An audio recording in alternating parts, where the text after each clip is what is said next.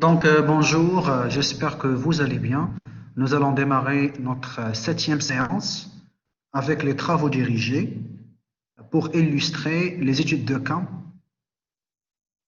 relatives à l'application des matrices qui permettent d'analyser les changements de l'environnement. Rappelez-vous, dans notre cours sur l'environnement de l'entreprise, on vous a expliqué que l'entreprise est un système ouvert en interaction avec un environnement et par conséquent, pour pouvoir suivre les différentes tendances et les changements qui émanent de l'environnement, le manager utilise pas mal d'outils ou d'instruments d'analyse. Et on vous a présenté les deux matrices, la matrice SWOT, qui consiste à analyser l'environnement externe pour identifier les opportunités et les menaces, et analyser l'environnement interne, c'est-à-dire l'entreprise elle-même, pour étudier et identifier ses forces et ses faiblesses. Et on a complété la matrice SWOT par l'analyse PESTEL, rappelez-vous.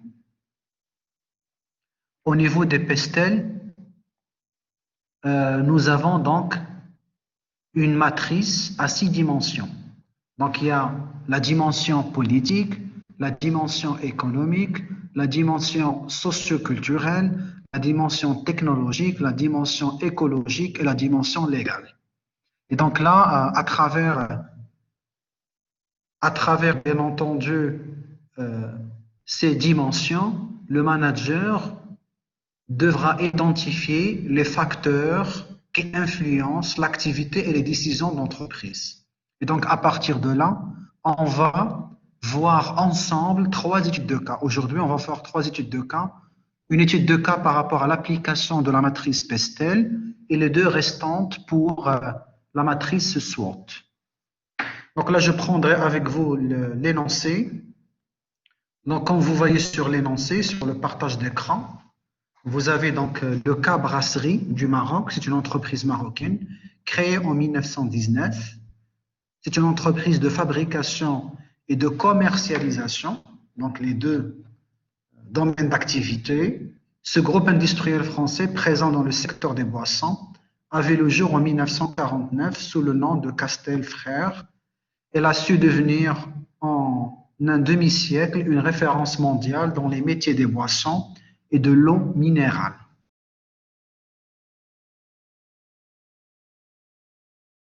Son centième anniversaire.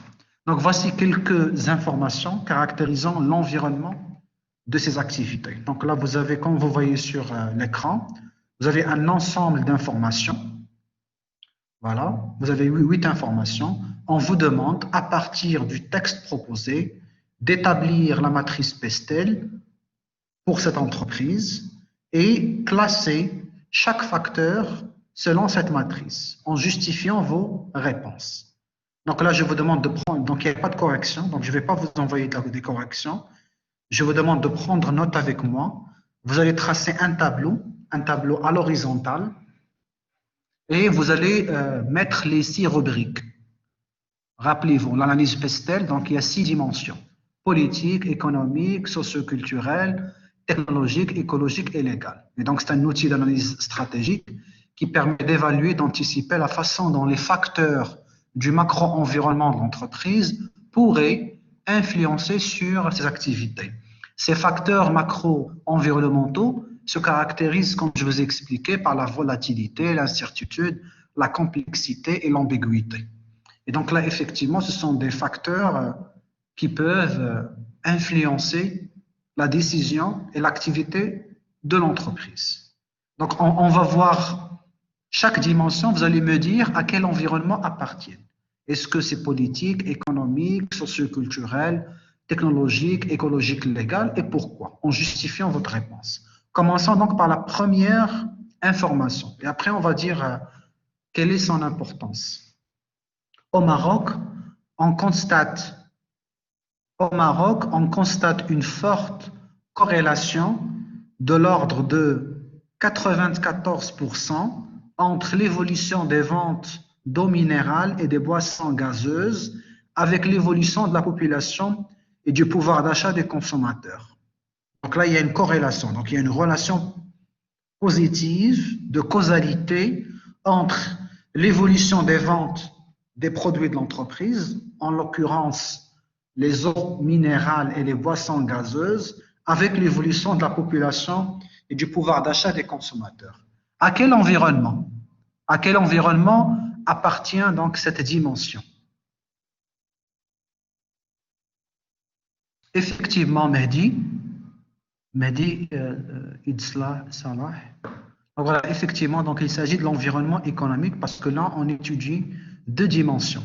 Donc c'est le pouvoir d'achat des consommateurs et qui est fortement corrélé avec l'évolution des ventes. Et donc là, on est vraiment dans une logique économique, effectivement. Donc là, on va le mettre comme référence dans la matrice économique. Deuxième information, l'entreprise fait face à plusieurs contraintes réglementaires et sécuritaires suite à une nouvelle orientation de la politique économique du pays. Donc déjà, pour un peu combiner les deux, donc là vous avez une forte corrélation, donc c'est une chose bénéfique pour l'entreprise. Plus l'évolution de la population augmente, plus donc la demande augmente et par conséquent l'entreprise vend davantage l'eau minérale et les boissons gazeuses.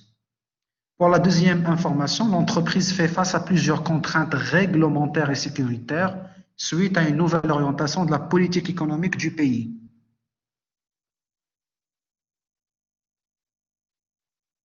Effectivement, donc, nous sommes dans le commerce extérieur, si vous vous rappelez, et dans le commerce extérieur, effectivement, c'est l'environnement politique.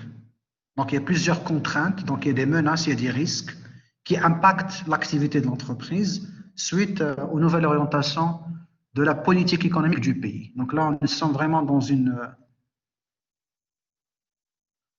logique de politique économique.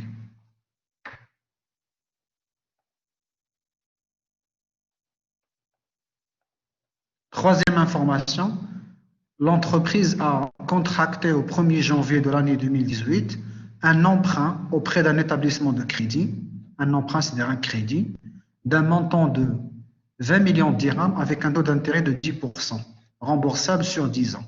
Le remboursement de l'emprunt se fait par la méthode des amortissements linéaires. À quel environnement on peut imputer cette troisième information? Bien sûr, c'est dans le cas du financement. L'entreprise a eu besoin de recourir au financement et effectivement, elle a sollicité un établissement de crédit, donc une banque, pour avoir un crédit. Donc voilà, nous sommes dans le financement et donc c'est un environnement économique. Effectivement. Donc vos réponses sont correctes. Quatrième information. En matière de financement, l'entreprise distribue des dividendes en cas de résultats bénéficiaires. Les bénéfices réalisés durant l'année N sont incorporés d'abord dans les réserves de l'année N plus 1 à raison de 20% en tenant compte des réserves légales, statutaires et exceptionnelles, et le reliquat, 80% qui reste, est distribué aux actionnaires. Donc ici, c'est dans quel environnement? Khalid, nous sommes au troisième chapitre, l'analyse de l'environnement. Donc je vous demande d'ouvrir votre support de cours, chapitre 3, l'environnement de l'entreprise, et vous allez trouver l'analyse Pestel.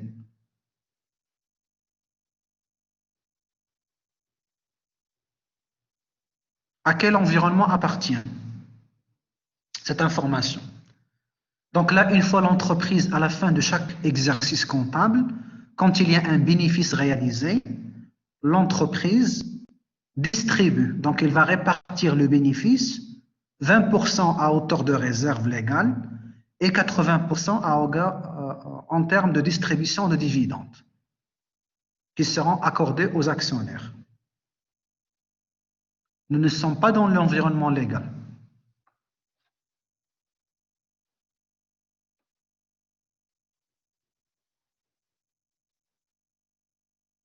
Voilà, nous sommes dans un environnement économique. Là, on parle de financement. Nous sommes dans une logique de comptabilité, hein, rappelez-vous. En comptabilité générale, vous avez étudié le CPC Et à travers le compte produit et charges, l'entreprise établit le résultat net. Ce résultat net qui est bénéfice, quand il est positif, c'est un bénéfice. Quand il est négatif, c'est une perte. Le bénéfice, il est réparti. Donc, nous sommes dans le partage de bénéfices. 20% sera réservé. Vous allez l'enregistrer à la classe 1, financement permanent, réserve légale, capitaux propres. Et 80% sera donné aux actionnaires sous forme de dividendes. Donc là, nous sommes dans un environnement économique parce qu'on parle de la répartition de bénéfices. La répartition de bénéfices de l'entreprise. 20% sera réservé, sera gardé pour plus tard de ce qu'on appelle les réserves légales. Ce sont des réserves qui sont obligatoires. Et 80% sera donné, sera distribué aux actionnaires sous forme de dividendes. Et donc, effectivement, nous sommes dans un environnement économique. Ce n'est pas légal.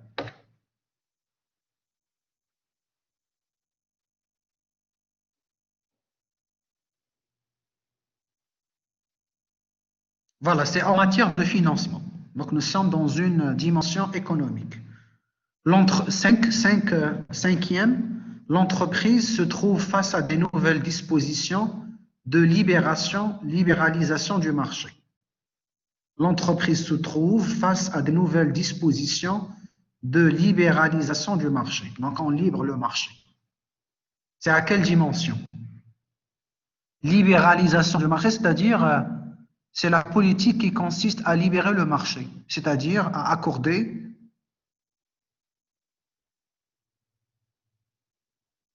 plus de liberté sur le marché.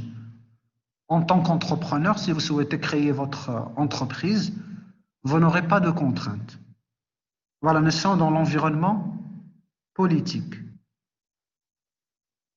Parce qu'il s'agit des nouvelles dispositions de libéralisation du marché. Nous sommes dans le marché, donc c'est la dimension politique. Vous allez le voir en économie, en macroéconomie, vous allez étudier deux notions. Le libre-échange, je vais l'écrire en commentaire, le libre-échange et le protectionnisme.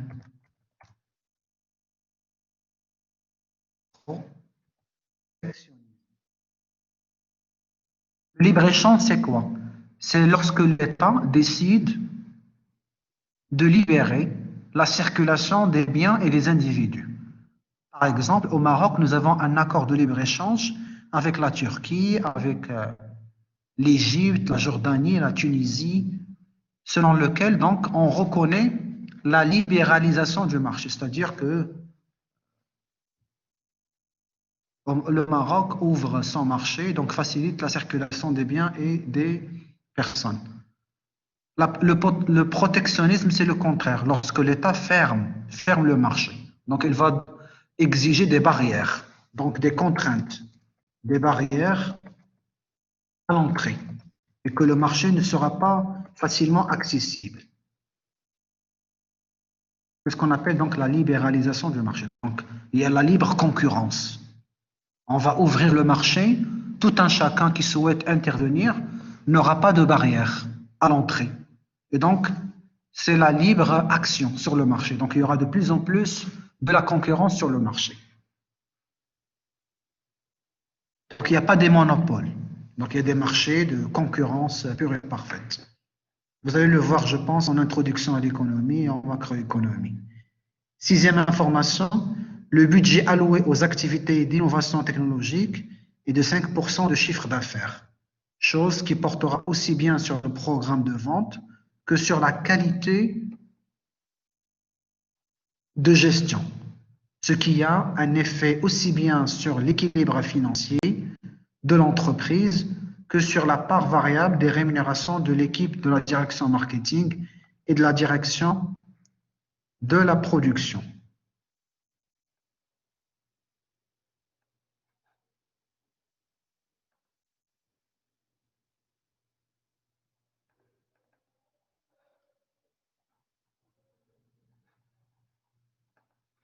À quel environnement on peut imputer cette information et pourquoi? Je vous demande toujours de prendre, bien entendu,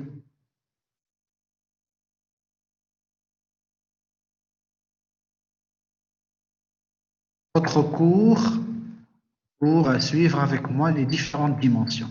C'est très détaillé, expliqué. Vous avez un schéma, vous avez des paragraphes. Dans chaque environnement, qu'est-ce qu'on peut mettre? Alors, si vous prenez par exemple la page 7 de votre support, vous avez l'environnement politique, l'environnement économique, l'environnement social, technologique, écologique, réglementaire et législatif.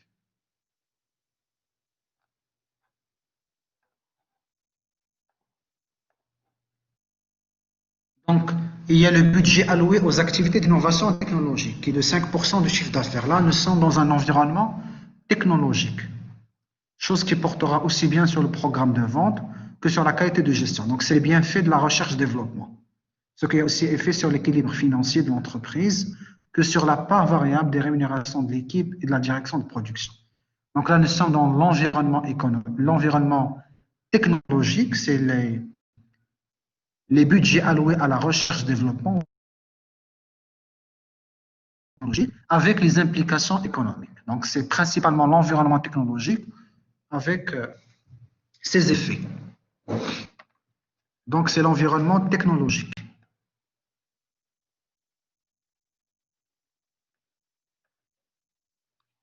Numéro 7, vous avez le secteur se caractérise aussi par de réelles barrières à l'entrée, telles que l'investissement, les procédures administratives, la durée d'analyse avant l'exploitation, les droits de douane, la force de l'image de marque, ce qui limite le nombre de produits offerts sur le marché.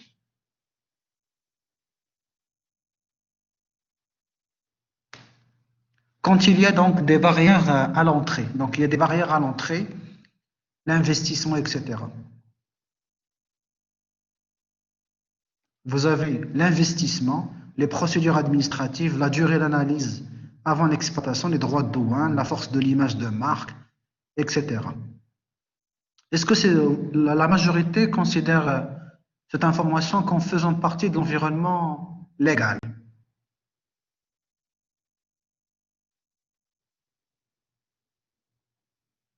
Sur votre schéma, vous avez l'environnement légal, il contient les lois sur les monopoles, le droit de travail, législation sur la santé, les normes de sécurité.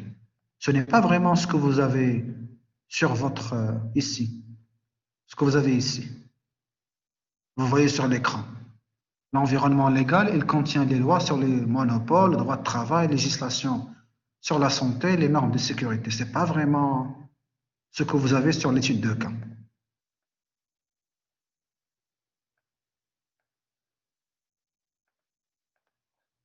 Alors qu'ici, on parle des barrières à l'entrée. Les barrières à l'entrée spécifiques au marché.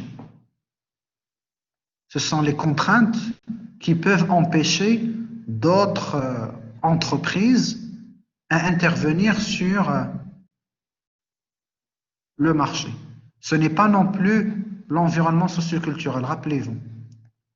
Ce que vous avez en train d'écrire, ce n'est pas l'environnement social ou socioculturel. Dans l'environnement socio-culturel, il y a la démographie, la distribution de revenus, la mobilité sociale, la culture, les modes de vie, le niveau d'éducation, etc. Donc, ce n'est pas vraiment ça. Attention, il faut garder. Au niveau politique, non plus. Au niveau politique, vous avez la stabilité gouvernementale, la politique fiscale, commerce extérieur, protection sociale. Nous sommes dans la dimension économique. Si on parle marché, on parle secteur d'activité. Donc là, on parle effectivement de l'environnement économique. Rappelez-vous ce que je vous ai écrit ici sur le support de cours, comme vous voyez. L'environnement économique comprend toutes les variables et tous les facteurs qui jouent sur le pouvoir d'achat et les dépenses de consommation des clients, ainsi que les fournisseurs de l'entreprise. Donc, c'est les conditions du marché. Et donc, à partir de là, on fait référence au cycle économique, aux différentes variables économiques, mais également aux caractéristiques du secteur d'activité. Donc là, vous avez, au niveau du marché, si je reviens sur l'information, le secteur d'activité se caractérise par des barrières à l'entrée, c'est-à-dire des empêchements à la concurrence. L'importance de l'investissement, les procédures, l'image, la marque, etc., ce qui limite le nombre de produits offerts sur le marché. Donc là, nous sommes dans un environnement économique. Il est vraiment économique, il n'est pas politique. Et il n'est pas technologique. Ce n'est pas technologique pour la simple raison, regardez. Au niveau de la technologie, vous avez les dépenses recherche-développement, l'investissement sur la technologie, les nouvelles découvertes, les nouveaux développements en termes d'innovation technologique, les transferts technologiques et l'obsolescence technique. Donc, ce n'est pas l'environnement technologique, c'est vraiment l'environnement économique. L'environnement économique, en tenant compte, bien entendu, des informations communiquées. Et en dernier lieu, vous avez l'eau, le lait, les jus et les boissons gazeuses en tant que matière liquide constituent un élément essentiel pour le fonctionnement du corps humain. Effectivement, c'est de l'environnement écologique. C'est l'environnement écologique. On parle des bienfaits de ces produits sur le fonctionnement humain. Donc là, on est vraiment, effectivement, dans l'environnement écologique. Voilà, c'était juste une initiation pour vous montrer comment on peut utiliser l'analyse Pestel pour identifier les facteurs d'influence selon leur dimension. Il y a des facteurs à dimension économique, il y a des facteurs à dimension politique, il y a des facteurs à dimension légale, c'est-à-dire juridique par rapport aux lois, par rapport au texte juridique, des facteurs à dimension technologique, des facteurs à dimension socio-culturelle, c'est-à-dire sociologique. Donc voilà. Nous avons terminé cette première étude de cas. On passe donc à la deuxième étude de cas. Et qui consiste à mettre en application la matrice SWOT. Donc, vous avez, comme vous voyez sur l'écran, les données concernant une entreprise de fabrication de boissons gazeuses, c'est Coca-Cola, et son environnement. On vous demande de structurer ces informations selon donc la matrice SWOT. Rappelez-vous, l'environnement externe, opportunité, menace, l'environnement interne, force et faiblesse. Et on vous demande de ne pas reprendre les phrases dans la matrice, il faut juste utiliser les lettres A, B, C, D. Donc vous allez tracer une matrice à 4 dimensions, donc vous avez un tableau sur 4 cases, vous avez opportunité et menace, force et faiblesse. Et vous avez l'ensemble des informations, voilà, qu'on vous demande de classer. Donc pour une meilleure pertinence, justifiez chacune de vos réponses. Donc là, vous avez un ensemble d'événements et on va vous demander de nous dire est-ce qu'il s'agit des opportunités ou des menaces, de force ou de faiblesse. Voilà, commençons par la première information. Cette entreprise s'est engagée dans des données concrètes de développement durable. Est-ce que c'est une opportunité? Est-ce que c'est une force?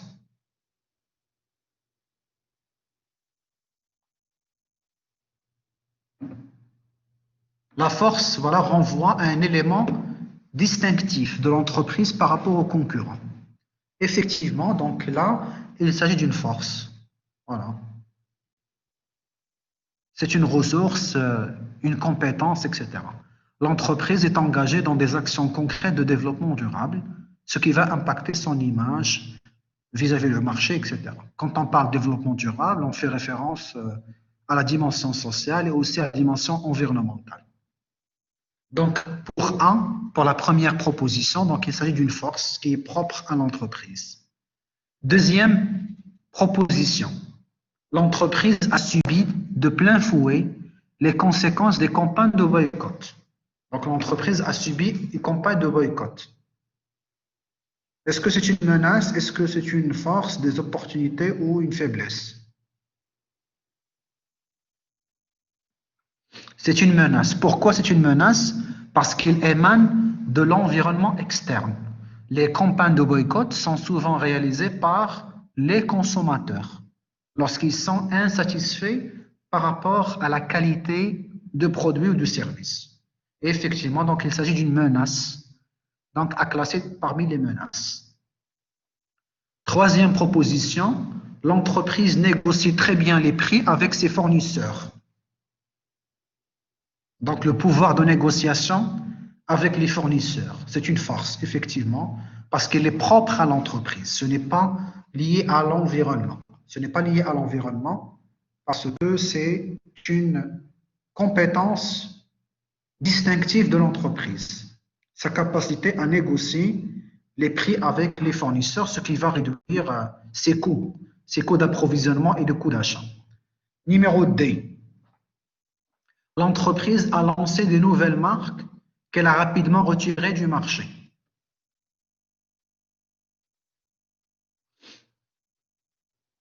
C'est une faiblesse, effectivement, c'est une faiblesse. Quand on lance une nouvelle marque et qu'on la retire sur le marché, cela signifie qu'on est incapable, par exemple, de proposer des produits ou des services qui répondent aux besoins du consommateur. Donc là, ce que dénote d'une faiblesse, par exemple, de la direction marketing. E, la proposition E, croissance de la consommation d'eau minérale.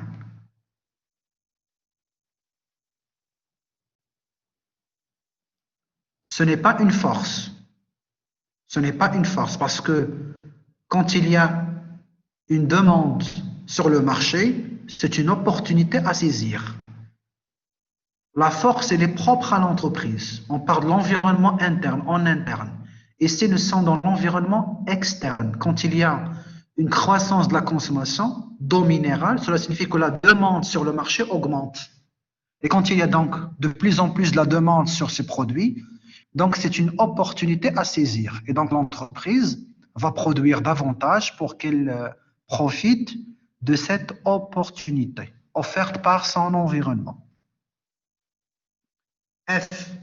L'entreprise a de fortes dettes dues à des acquisitions. Donc, elle a beaucoup de crédits.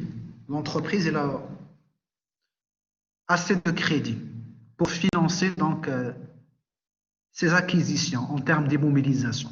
Rappelez-vous, par exemple, lorsque l'entreprise acquiert une immobilisation, donc elle va assumer donc. C'est pas une menace Moed. C'est une faiblesse parce qu'elle est propre à l'entreprise. L'entreprise qui a des dettes, c'est pas son environnement. Il faut distinguer entre les éléments propres à l'entreprise et les éléments génériques qui proviennent de son environnement externe. Et donc, quand il y a des fortes dettes, ça signifie que l'entreprise est fragile sur le plan financier. Donc, il y a un surendettement qui va épuiser ses ressources financières. Donc, elle aura de plus en plus un problème par rapport à la levée des fonds. Et donc, c'est une faiblesse financière. Développement du réseau des cafés, hôtels et restaurants. G. Développement du réseau des cafés, d'hôtels et restaurants. Rappelez-vous, l'entreprise commercialise les eaux minérales et les boissons gazeuses. Donc, lorsqu'il y aura de plus en plus de cafés, d'hôtels, de restaurants, ça signifie que nous avons une opportunité sur le marché. Donc, c'est une opportunité offerte par le marché. Quand il y a des nouveaux cafés, de nouveaux hôtels, de nouveaux restaurants, cela signifie que l'entreprise va vendre davantage. Donc, c'est une opportunité à saisir. Ce n'est pas une force, au même. Ou encore, voilà, ce n'est pas une force. C'est une opportunité parce que la force, elle est interne. Elle est propre à l'entreprise. Là, on parle d'une manière générale sur le marché, sur son environnement. On remarque de plus en plus le développement des cafés, des hôtels, des restaurants. Donc, c'est une opportunité offerte par l'environnement externe. Ce sont des éléments à l'extérieur. Ce n'est pas à l'intérieur de l'entreprise. Donc, elle va vendre davantage et produire davantage. H. L'entreprise a vu l'arrivée de nouveaux entrants. De nouveaux entrants, c'est-à-dire de nouveaux concurrents. Donc, c'est une menace. Donc, il y aura de plus en plus des entreprises qui peuvent commercialiser les mêmes produits. Et donc, c'est une concurrence. C'est de la concurrence qui émane de l'environnement externe. Donc, c'est une menace, effectivement. Nous avons une guerre des prix. I. une guerre des prix sur le marché. Qui a la source de la guerre? Ce sont les entreprises qui opèrent sur le marché. Et donc, c'est une menace, effectivement, parce que quand il y a une guerre de prix, ça peut impacter la structure des coûts et par conséquent le chiffre d'affaires et la performance financière. Donc, c'est une menace que l'entreprise va subir. J. L'entreprise a été obligée par les autorités de fermer une de ses usines en raison de son impact sur les ressources en eau.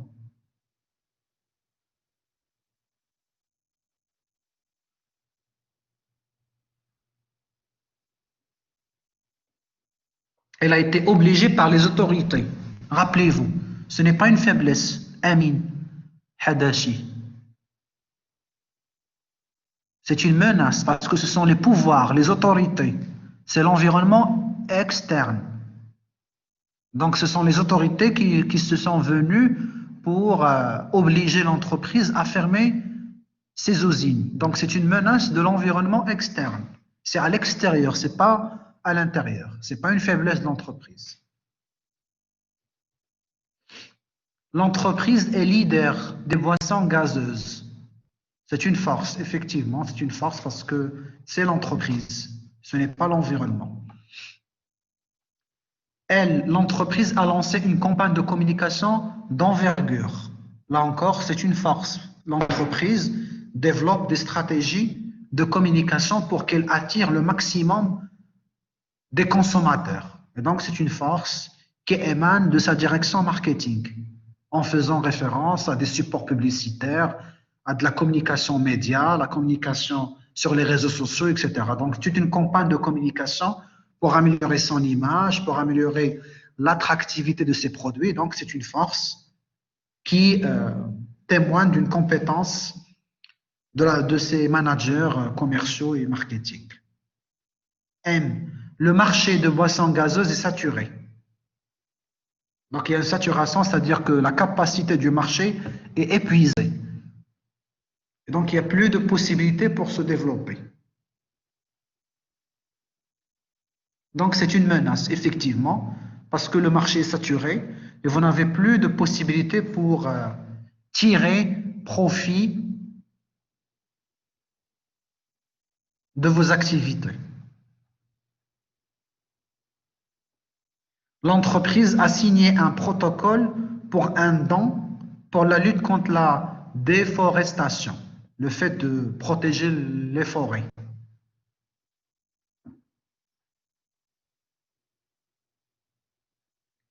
L'entreprise a signé un protocole pour un don qui consiste à lutter contre la déforestation. C'est une force, effectivement, c'est une force, parce que ça émane de l'entreprise elle-même. O, une puissante association de consommateurs juge les doses de ces colorants cancérigènes qui peuvent développer des cellules. Effectivement, donc c'est une menace parce que l'association peut impacter l'image et par conséquent, ça peut faire chuter une partie du chiffre d'affaires. Donc c'est une menace de son environnement. Rappelez-vous, l'environnement concurrentiel qui intègre aussi, qui incorpore les associations d'influence. Et en dernier, une taxe soda pèse sur ses ventes. Donc, il y a une taxe. Ce n'est pas une faiblesse. La taxe, c'est un impôt. C'est un impôt. Donc, c'est une menace. C'est la Direction générale des impôts qui va, bien entendu, fixer les taxes à payer.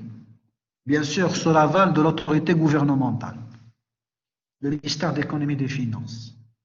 Donc là, effectivement, c'est une menace. Voilà.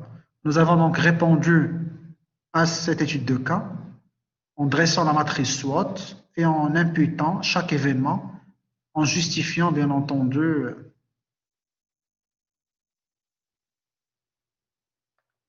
donc la dernière étude de cas, Samsung, De la même manière, dans ce qui suit, donc vous avez quelques données qui concernent l'entreprise Samsung et on vous demande de la même manière de lister la matrice SWOT ici. À partir du texte proposé, mettez en place la matrice SWOT pour l'entreprise Samsung. Reprenez seulement les numéros de réponse et justifiez chacune de vos réponses.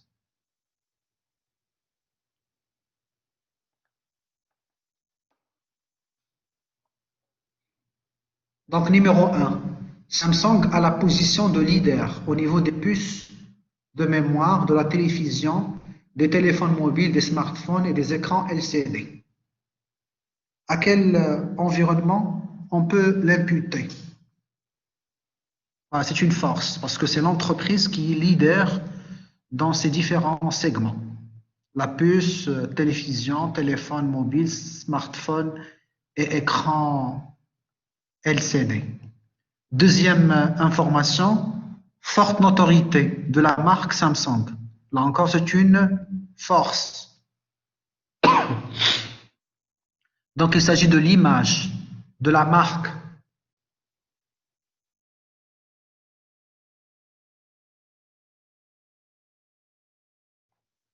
Troisième information, Samsung dépend du système Android de Google sur ses postes. Elle dépend, elle n'est pas autonome, elle est dépendante. Donc, c'est une menace. C'est une menace parce que Samsung n'est pas autonome, elle est dépendante du système de Google, système Android de Google sur ses postes. Donc, en cas de conflit avec Google, elle risque d'avoir un problème sur l'utilisation de ce système Android. Donc, elle aurait dû développer son propre système. Donc, c'est une menace qui émane de son prestataire. Google est un prestataire pour Samsung, pour le système Android que vous utilisez sur vos smartphones. 4. L'entreprise est bien installée en Inde, où le marché des smartphones est en pleine croissance.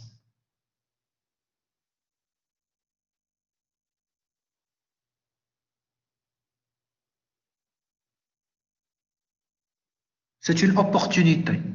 Donc l'Inde, l'entreprise est installée en Inde, où c'est un marché qui est vraiment très demandeur. Donc c'est une opportunité qu'elle va saisir. 5. Le marché de l'ordinateur portable est un marché en croissance constante. C'est-à-dire qu'il n'y a plus de stable, une croissance stable.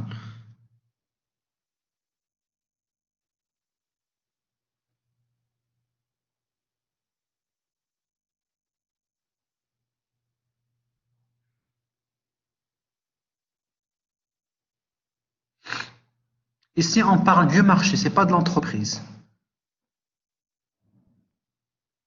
Voilà, c'est une opportunité. Donc le marché est un marché en croissance. C'est une opportunité. 6. Les utilisateurs des smartphones sont de plus en plus habitués au système Android de Google.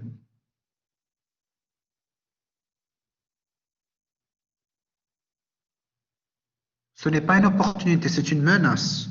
Pourquoi c'est une menace? Parce que l'entreprise est dépendante du système de Google. Et donc les utilisateurs, ce sont les consommateurs qui sont de plus en plus habitués. En cas de conflit avec Google, elle va perdre une partie des consommateurs qui préfèrent, qui sont habitués au système Android. Donc c'est une menace de l'environnement. 7. Samsung a lancé le netbook, ordi portable de très petite taille pour ceux qui cherchent la mobilité. Donc c'est une force, c'est l'innovation produit. 8. Les prix de vente des écrans LCD ont tendance à baisser dans les années à venir.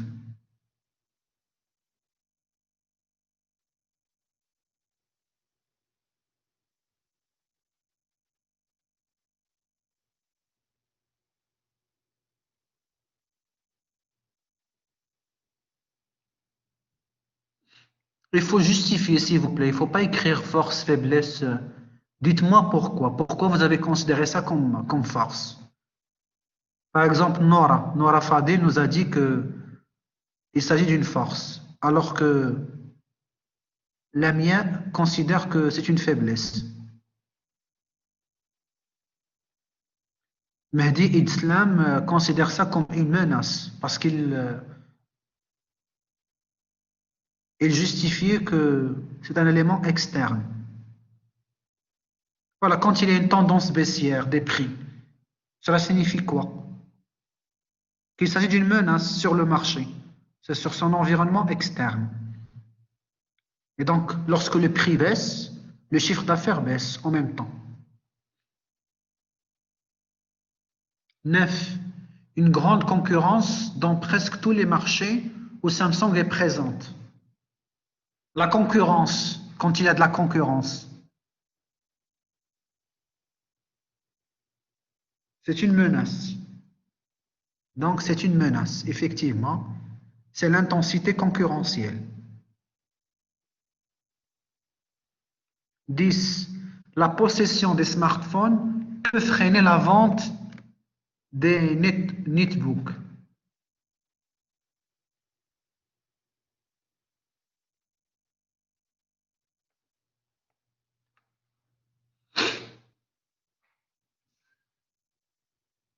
Donc, c'est une menace, puisque les smartphones vont pénaliser la vente des netbooks que l'entreprise vient de lancer sur le marché, de proposer sur le marché. Donc, c'est une menace. Asus est un concurrent déjà bien implanté sur le marché des netbooks. Donc, c'est une menace. Effectivement, il y a un concurrent bien planté, l'environnement externe. Le netbook de Samsung affiche une meilleure autonomie et un design plus élaboré. C'est une force, effectivement, parce que c'est un avantage distinctif par rapport à la concurrence. Donc, l'entreprise a un netbook ayant une meilleure autonomie et un design plus élaboré, ce qui va lui permettre d'attirer le plus des consommateurs. Donc, c'est une force. Le prix du netbook est plus élevé que celui de Asus, concurrent direct de Samsung. Ce n'est pas une menace, c'est une faiblesse. C'est l'entreprise qui fixe les prix.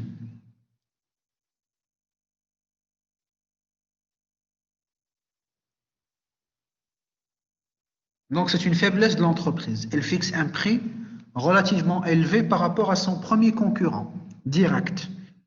Et donc, c'est une faiblesse en termes de compétitivité. Ses prix seront incompétitifs ou non compétitifs par rapport à son concurrent direct de Samsung. Samsung s'est distingué par le lancement du premier téléviseur à écran incurvé. Donc, c'est une force, effectivement. C'est l'innovation produit. Les clients ont une multitude de choix et sont de plus en plus exigeants. C'est une menace, effectivement, la montée en exigence des clients qui permet donc parfois de bouleverser les caractéristiques de l'offre que l'entreprise va proposer à ses clients.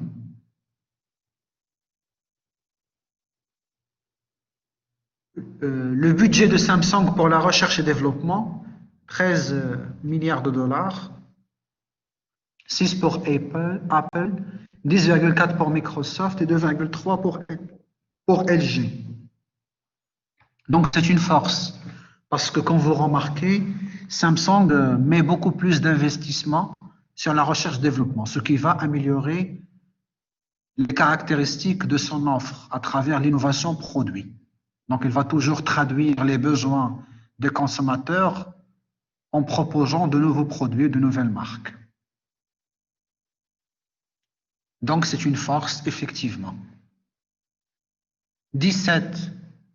La diversification de Samsung disperse ses efforts en termes de conception et d'investissement. La diversification de Samsung disperse ses efforts en termes de conception et d'investissement. Disperser, quoi disperser en français?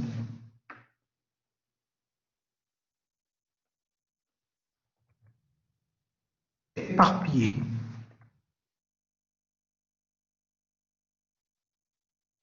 Éparpiller, c'est-à-dire répartir les efforts sur plusieurs points à la fois.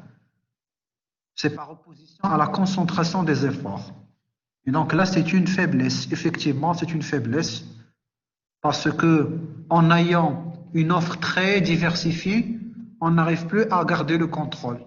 Et donc là, il faut délimiter, il faut recadrer l'offre en cherchant donc les produits les plus compétitifs par rapport aux concurrents directs ou par rapport au marché en général. Donc là, c'est une faiblesse. La dispersion des efforts. C'est comme si vous allez gaspiller vos énergies, vos ressources sur des produits parfois qui ne sont pas tellement rentables ou intéressants pour l'entreprise.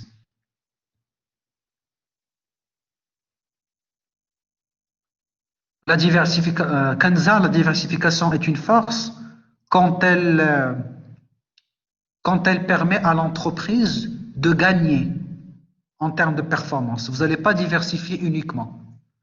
Lorsque les produits ne sont pas rentables, lorsque les produits ne sont pas compétitifs et n'arrivent pas à faire face à la concurrence, la diversification n'a pas d'intérêt. Donc là, il faut chercher des produits qui génèrent de la rentabilité et qui sont compétitifs, qui arrivent à faire face à la concurrence.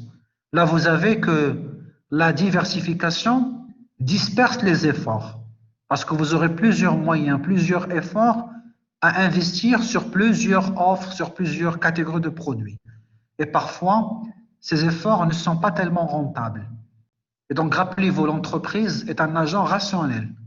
Il ne va pas perdre ses efforts dans des activités qui ne génèrent pas du profit. Et donc là, il faut se retirer. Il faut retirer une catégorie de produits qui n'est pas rentable, tout simplement. Parce que vous n'êtes pas censé tout faire sur le marché. L'entreprise n'est pas censée répondre à toutes les demandes, etc. Il doit faire un choix, un positionnement en fonction de ses avantages distinctifs par rapport à la concurrence. Et il va cibler que les produits sur lesquels elle a un avantage concurrentiel, un avantage par rapport à la concurrence, notamment directe.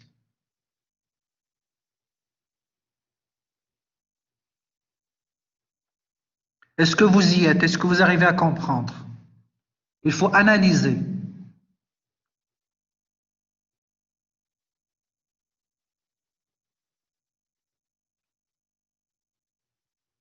D'accord. Dernière proposition, la politique de prix de Samsung axée sur le prix bas rend ses marques faibles, rend ses marges, excusez-moi, les marges. Donc la politique de prix de Samsung axée sur les prix bas rend les marges quand même faibles, c'est-à-dire que l'entreprise ne gagne pas beaucoup, étant donné que les prix sont souvent bas. C'est une faiblesse, effectivement. Et là, il faut revoir la tarification, la politique prix.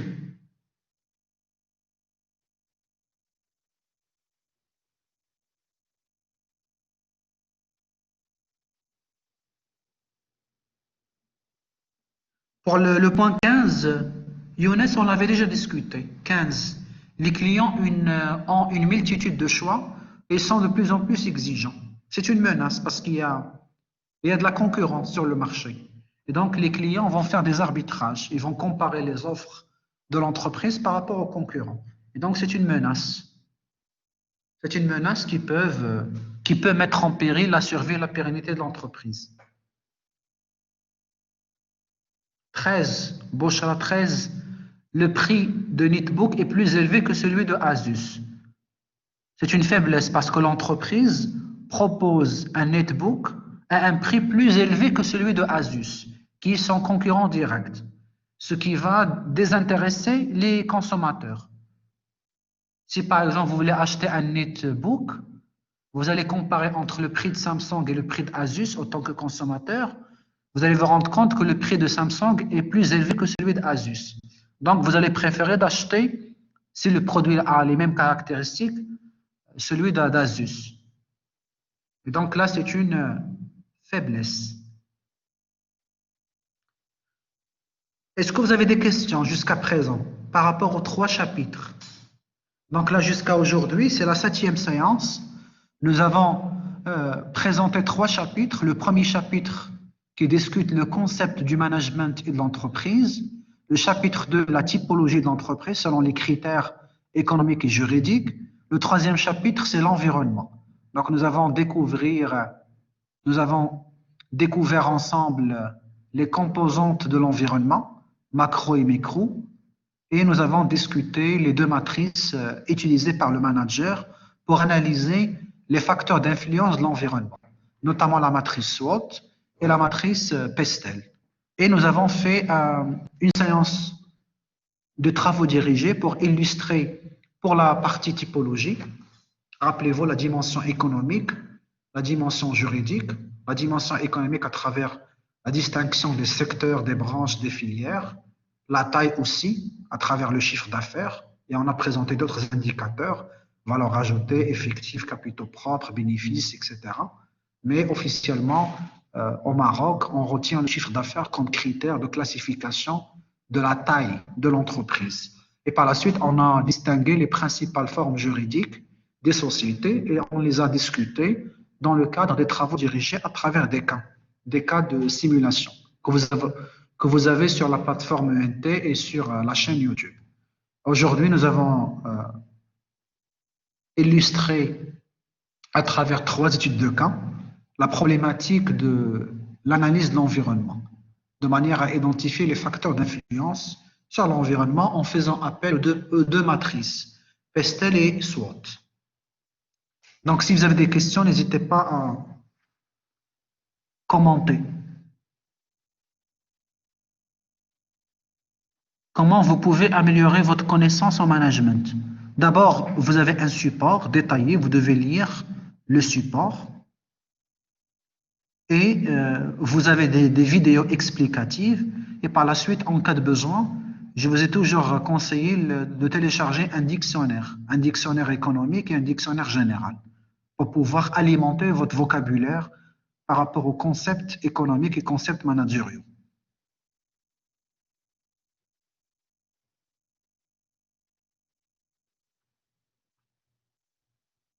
Il faut arbitrer. Donc, quand on a les faiblesses, les menaces, les opportunités et les forces, on va les classer dans une matrice et on va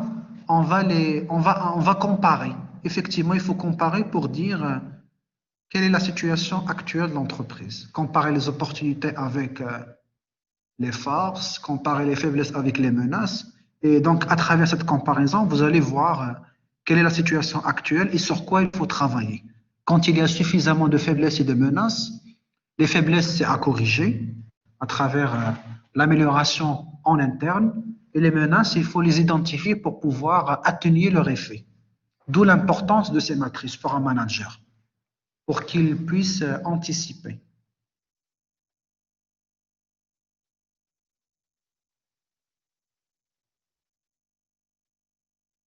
Mohamed, il n'y a pas de correction à envoyer. Vous aurez exactement les vidéos explicatives et je vous demande de prendre note durant chaque séance. Donc la vidéo sera enregistrée. En cas de besoin, vous allez revenir, m'écouter et vous allez noter les réponses tout simplement. Mais il n'y a pas un support de correction que je vais vous communiquer.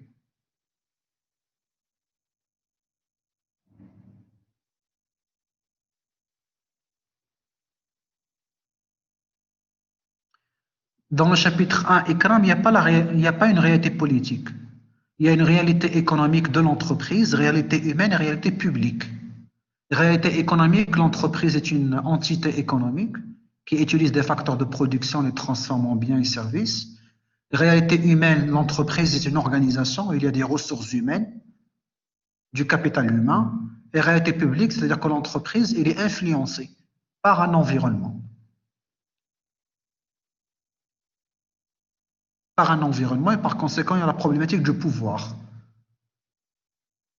Donc, c'est une réalité publique et non pas politique. C'est-à-dire que l'entreprise peut être influencée par un environnement externe. J'ai déjà répondu à cette question sur la plateforme ENT. Vous allez revenir sur le forum, je vous ai créé un forum. D'ailleurs, il y a très peu de questions, mais j'avais trouvé donc une question sur la problématique de la définition de l'entreprise et j'ai répondu sur le forum. Si vous rentrez sur le forum, vous allez trouver ma réponse bien écrite sur les différentes réalités de l'entreprise, à la fois économique, humaine et publique. Est-ce que vous avez d'autres questions? Donc voilà, sur ce, je termine cette séance, au cas où vous n'avez pas de questions. Et donc, je vous donne rendez-vous mercredi prochain à 13h30. Très bonne continuation, à très bientôt.